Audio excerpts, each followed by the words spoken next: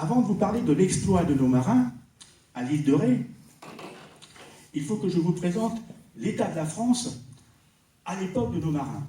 Sinon, on ne peut pas comprendre pourquoi ils ont été appelés à l'île de Ré. Si je vous dis comme ça, les marins vont aller à l'île de Ré, bon, d'accord, mais pourquoi? Donc là, il faut faire un peu d'histoire, et il faut revenir sur... On va démarrer obligatoirement à partir d'Henri IV. Il faut partir d'Henri IV pour savoir ce qui s'est passé et pourquoi nos marins ont été appelés à l'île de Ré. Et là, on va rentrer dans l'histoire de France, et on va déboucher dans la grande histoire de France, et aussi dans l'histoire d'Andaille, forcément.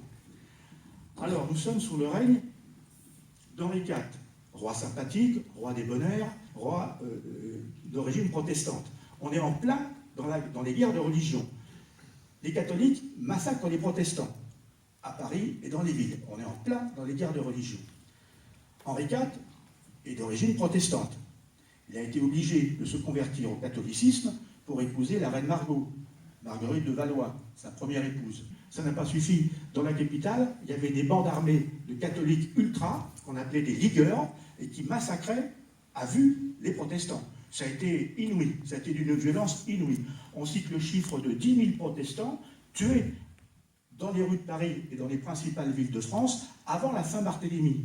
Les catholiques ultra, je répète encore une fois, des ligueurs, des bandes armées, tuaient tous les protestants qu'ils trouvaient. 10 000 morts dans la capitale avant la Saint-Barthélemy. La cloche de Saint-Germain à l'Auxerrois va sonner, et là, c'est la nuit de la Saint-Barthélemy. Plus de 10 000 morts dans la capitale. 15 000 le lendemain matin, et un petit peu dans tous les coins de France. 15 000 morts massacrés, en plus de ceux d'avant, par les catholiques ultra. Les ligueurs, on appelait ça les ligueurs. Henri IV se rend bien compte que les protestants sont en insécurité dans la France. En insécurité, c'est le moins qu'on puisse dire, en insécurité grave. Donc il va décréter l'édit de Nantes. L'édit de Nantes d'Henri IV. À ne pas confondre avec l'édit de Nantes, la révocation de l'édit de Nantes de Louis XIV, qui est son exact contraire. L'édit de Nantes d'Henri IV est un édit de protection pour les protestants. C'est d'abord un édit, c'est une décision royale, c'est l'absolutisme royal, le roi décide, c'est l'absolutisme, il décide d'un édit qui est applicable immédiatement. L'édit de Nantes va donner 100 villes aux protestants, 100 villes en France, où les protestants vont pouvoir se réunir en petits groupes, donc être un petit peu solidaires, armés, avec une petite milice, ils vont être un petit peu, protégés. 100 villes en France. On a la ville de Montpellier, par exemple. Ici, dans le 64, on avait la ville de Pau, une ville de protection pour les protestants.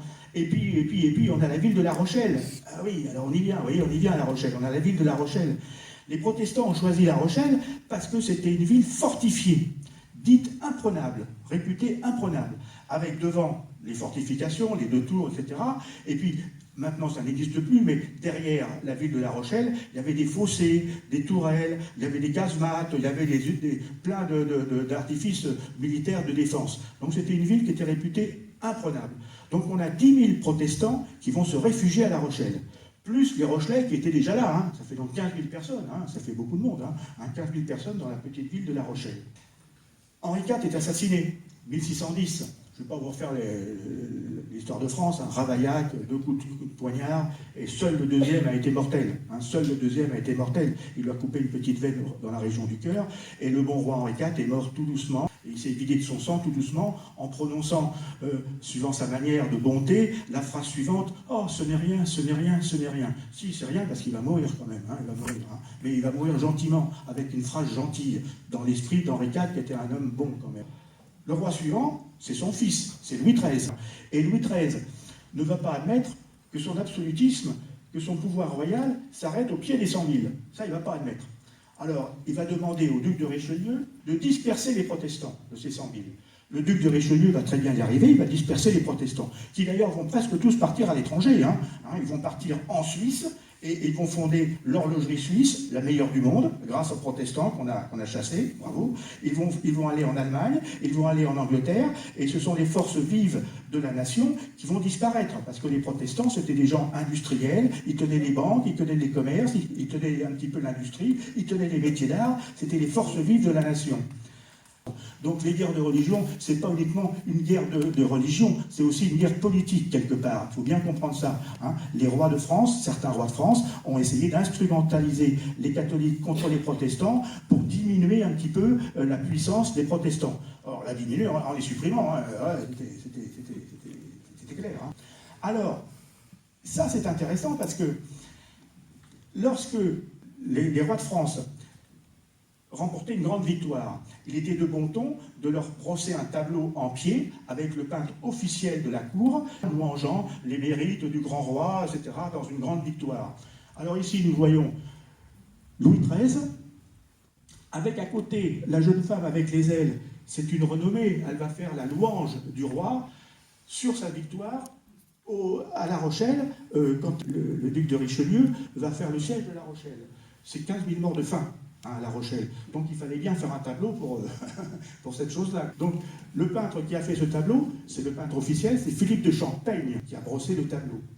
Et au Louvre, un conservateur du Louvre m'a montré, il m'a dit, vous êtes un peu basque de la région de Bayonne, tout ça. Je lui dis oui. Alors il me dit, regardez bien ici, parce que là, il y a quelque chose qui vous intéresse. Au pied, ici, au pied de la renommée, ici, là, il y a quelque chose qui vous intéresse. Alors ce quelque chose, eh bien, c'est le port de La Rochelle à l'époque de nos marins. C'est comme si on avait fait une photo du port de La Rochelle à l'époque de nos marins, en 1627. Alors ça, c'est intéressant, parce que ça va nous donner la clé de toute l'histoire qui va suivre jusqu'à nos marins. On va comprendre tout maintenant.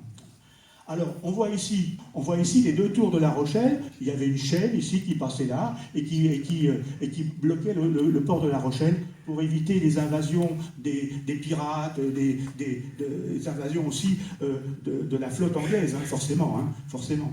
Alors, on voit ici que dans le port de La Rochelle, ça n'existe plus maintenant. On a un port ici en eau profonde. On a un port en eau profonde parce que les navires de commerce ne pouvaient pas rentrer dans La Rochelle, il n'y a pas assez de tirants d'eau. Un peu comme dans la baie d'Assova, il n'y a pas assez de tirants d'eau. Donc les bateaux stationnaient et déchargeaient leurs marchandises dans cet avant-port en eau profonde. Bon.